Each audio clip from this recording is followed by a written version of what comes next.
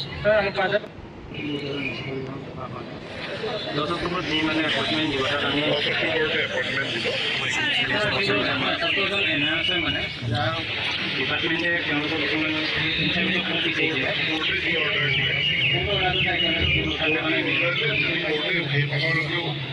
নিদিয়ে তেনেহ'লে ইমান সংখ্যক চিট আমি ৰাখি লওঁ বাকীখিনি আমি দি দিম তেওঁলোকক ভোট কৰি হ'লেও আমি দিম কিন্তু 10 অক্টোবৰ হ'ব 10 অক্টোবৰ আগত আমি এপইণ্টমেণ্ট দিয়াৰ 4-5 দিন আগত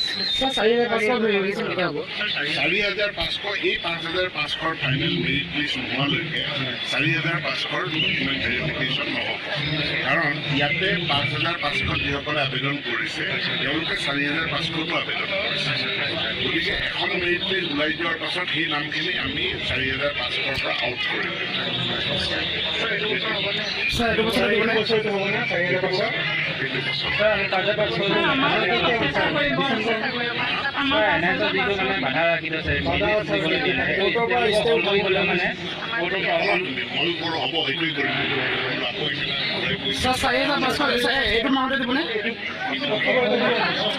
এইটো বছৰতে দিবনে?